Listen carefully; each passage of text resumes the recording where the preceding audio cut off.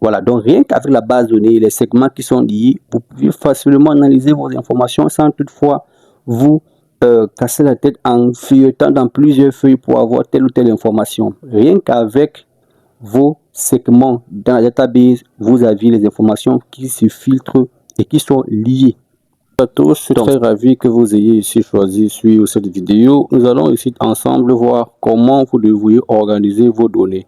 Il est très important et très crucial pour vous de savoir comment structurer vos données dans Excel.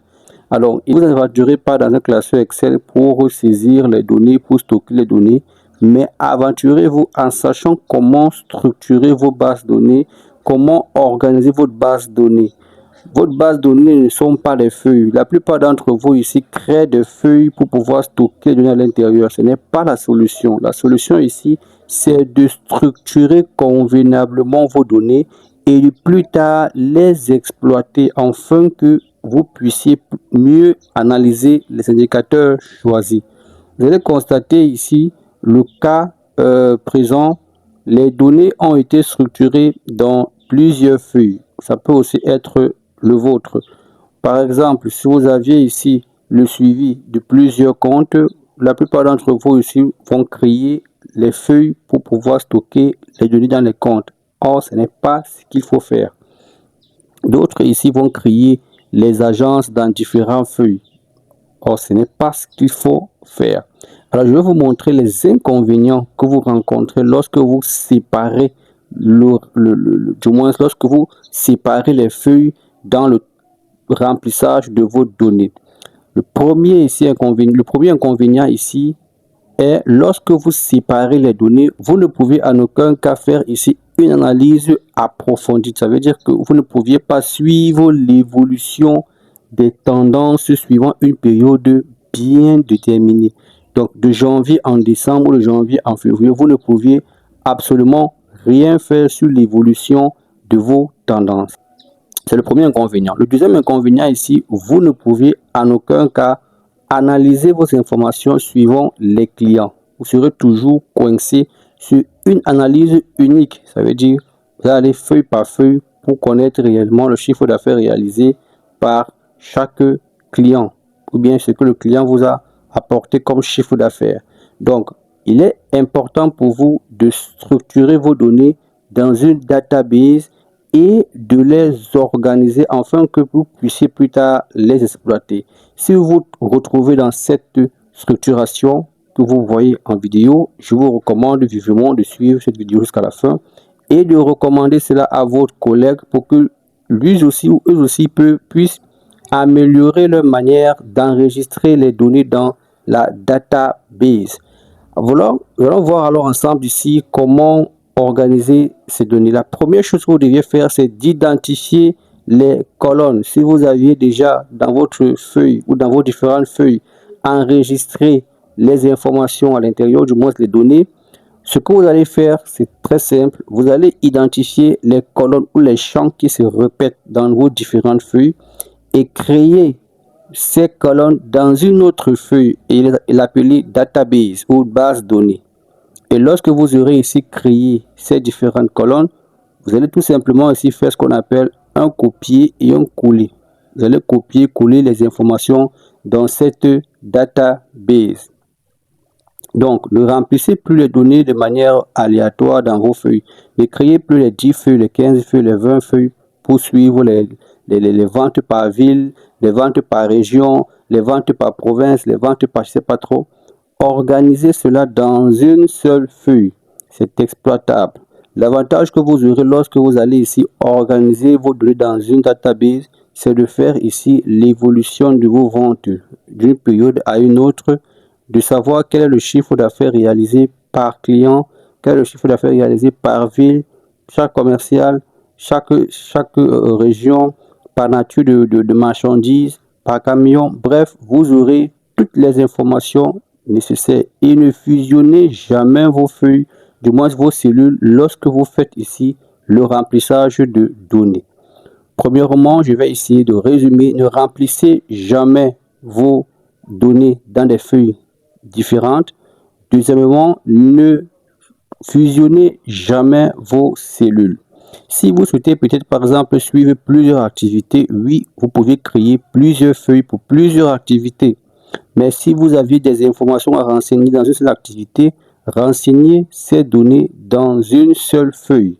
Ne séparez plus vos feuilles comme vous le voyez à l'écran. Remplissez uniquement vos données dans une seule database. Alors, on va donc voir ici à quoi ressemble la base de données et vous allez voir comment renseigner ces données. Donc, comme vous constatez, vous voyez ici, il y a les noms des champs qui ont été répétés et une colonne très particulière a été insérée, la colonne client. Je ne remplis pas les informations aléatoires, mais je remplis les informations par rapport à ce que je constate, par rapport aux données que je renseigne sur le client. Si le client a 1000 informations, je répète ce client 1000 fois et je renseigne les informations qui sont propres à ce client. Ça fait que si j'ai 10 clients, je vais créer une database pour remplir les informations de ces 10 clients. Et ne pas oublier d'insérer la colonne mois pour avoir les informations du mois, de la date. C'est une fonction qui est remplie simplement. On le voit dans une autre. On prépare des programmes de formation dans ce sens. Si vous n'avez pas des notions avancées sur des fonctions, ce n'est pas un problème. Nous allons vous accompagner dans ce sens si vous êtes intéressé par rapport à nos programmes de formation. Alors voici donc comment vous devez structurer votre database. Vous allez insérer la colonne mois qui va récupérer automatiquement la date.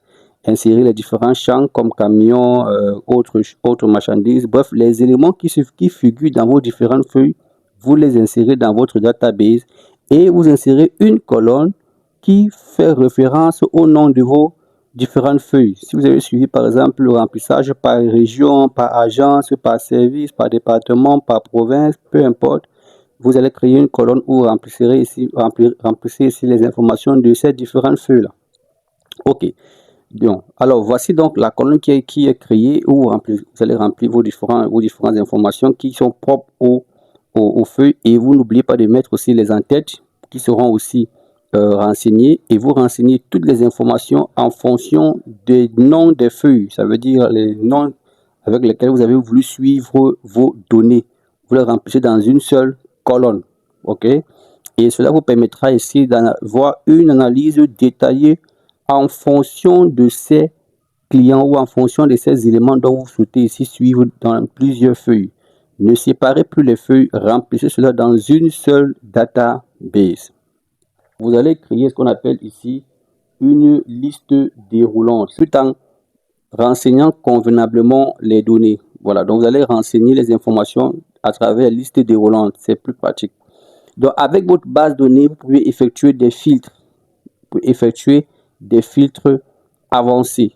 OK? Et à travers cela, vous pouvez facilement prendre des décisions fiables et convenables. Plus besoin de réfléchir de midi à 14 h ou de feuilleter plusieurs feuilles. Vous pouvez aussi insérer des segments et à travers ces segments, vous avez la possibilité de faire des filtres. Vous pouvez choisir ici un client et avoir l'information qui apparaît tout simplement. Vous pouvez même lier ces segments pour que l'information soit facile et accessible. Rien qu'à votre base de données, vous avez la possibilité d'analyser vos données stockées. Là, on n'est pas encore sur la base de données, on est on n'est pas encore sur le volet tableau de bord. On est uniquement dans la phase base de données. Et rien qu'avec cette base de données, vous avez la possibilité d'analyser facilement vos données. Je dis bien facilement vos données sans toutefois feuilleter dans plusieurs, du moins scaffuler dans plusieurs feuilles, trier, regarder. Organisez vos données dans une database et analysez vos données grâce aux différents segments. Dans notre formation en tableau de bord, nous voyons ici comment utiliser donc la database pour pouvoir réaliser des graphiques afin d'analyser vos indicateurs de performance. Donc, je rappelle encore que si vous êtes très intéressé par rapport à nos différents programmes de formation, nous serons disposés à vous accompagner pour pouvoir vous aider encore aller plus loin dans l'analyse de vos informations dans Excel. Donc, voici comment vous devez structurer vos données dans votre base de données. Ne séparez plus les colonnes, les feuilles pour suivre les dimensions. Organisez-les dans une database et plus tard, utilisez les tableaux croisés dynamiques pour effectuer les analyses plus poussées.